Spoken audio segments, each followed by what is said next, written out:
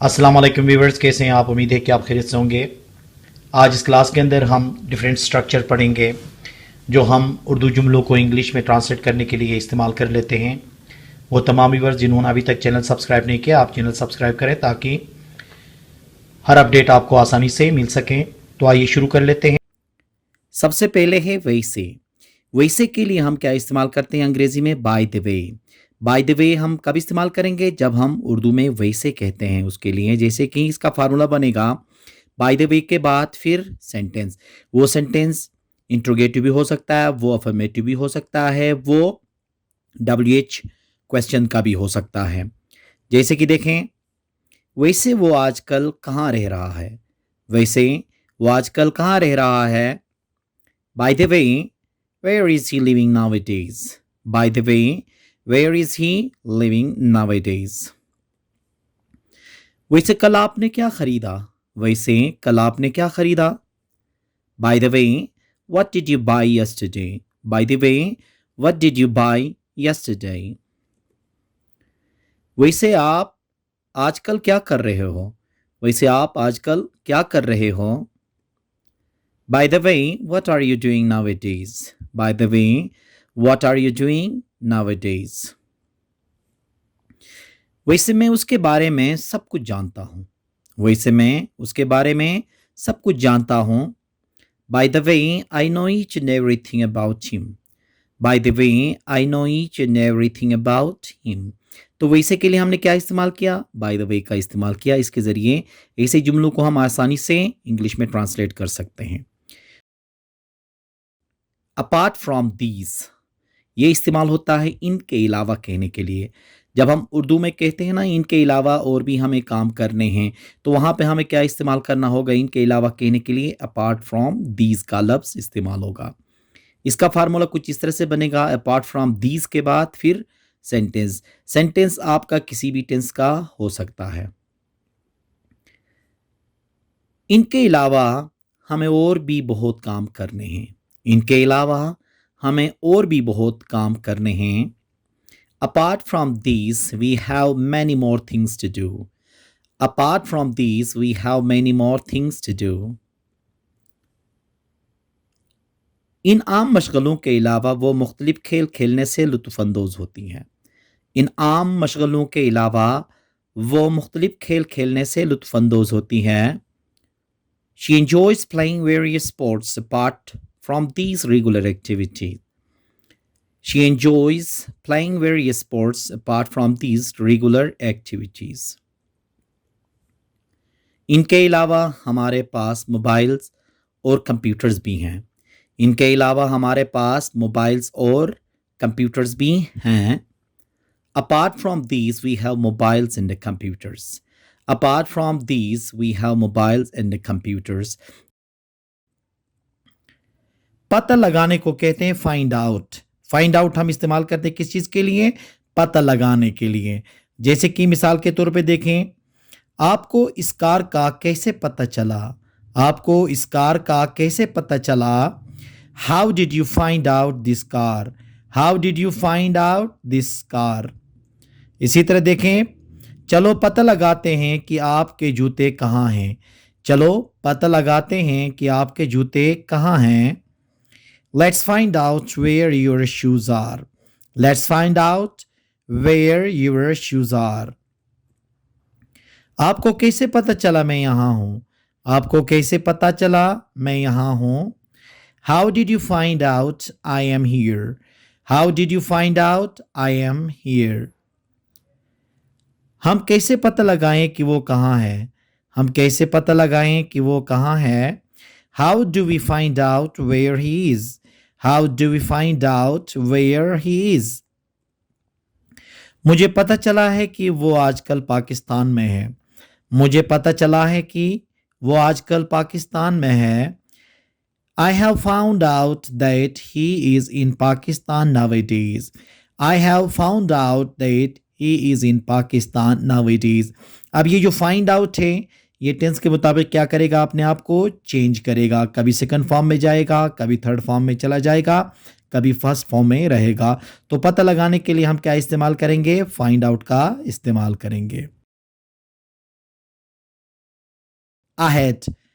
आगे के लिए क्या कहते हैं? अहेड। अब इसका इस्तेमाल किस तरह से होता है देखें। आगे गाड़ी है, आगे गाड़ी है। There is a car ahead, there is a car ahead. आगे के लिए क्या इस्तेमाल हो गया? अहेड का इस्तेमाल हुआ। अब इसी तरह देखें, आगे दुकान है, सामान वहां से खरीद लेना। आगे दुकान है, सामान वहां से खरीद लेना। There is a shop ahead, buy stuff from there.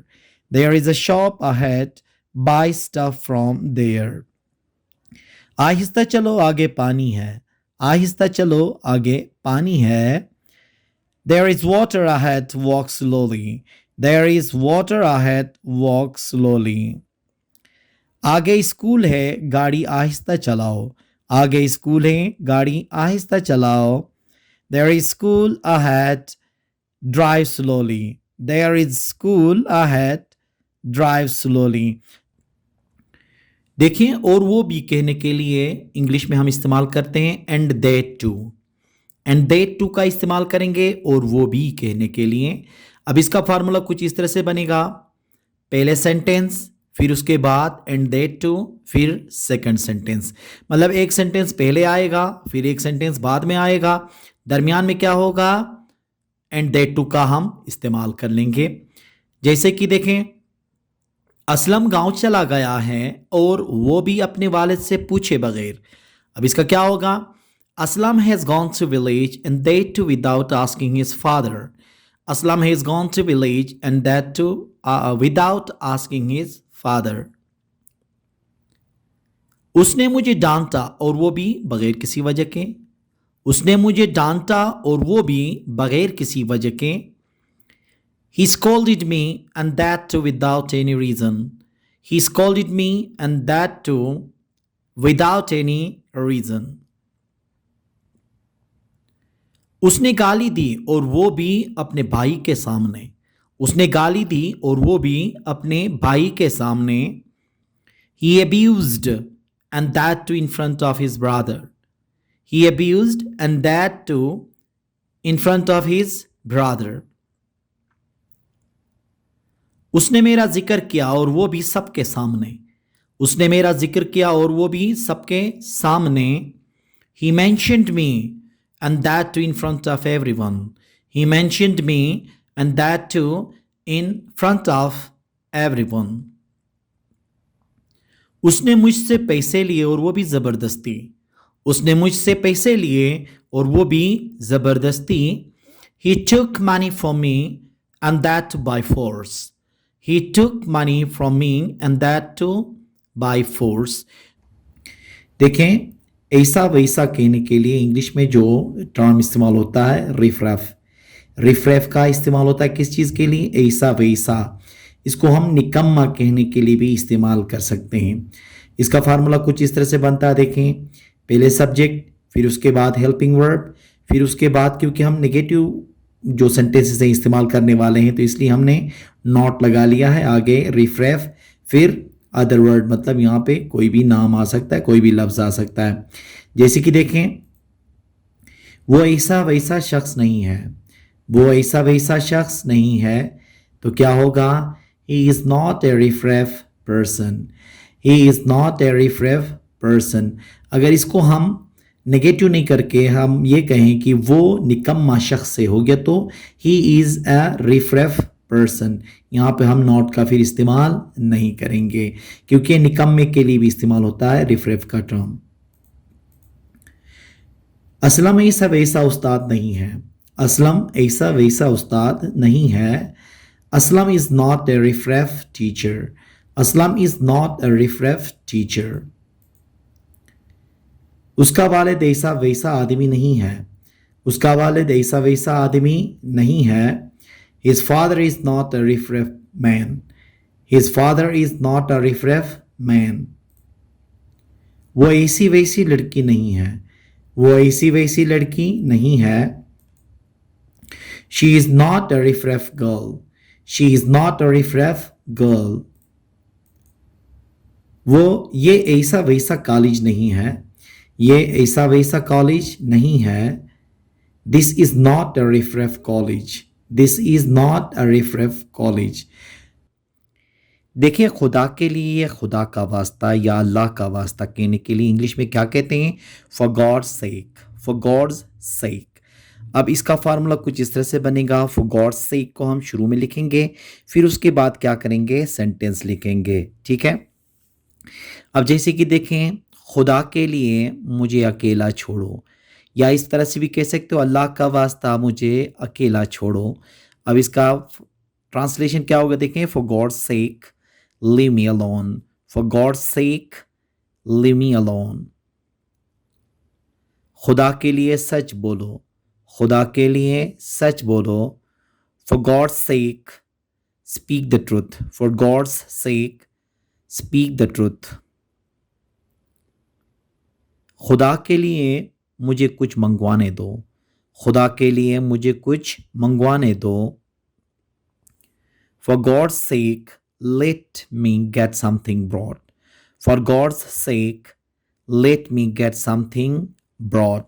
तो खुदा के लिए या खुदा का वास्ता या अल्लाह का वास्ता कहने के लिए क्या कहेंगे? फॉर गॉड्स सेक का इस्तेमाल कर लेंगे।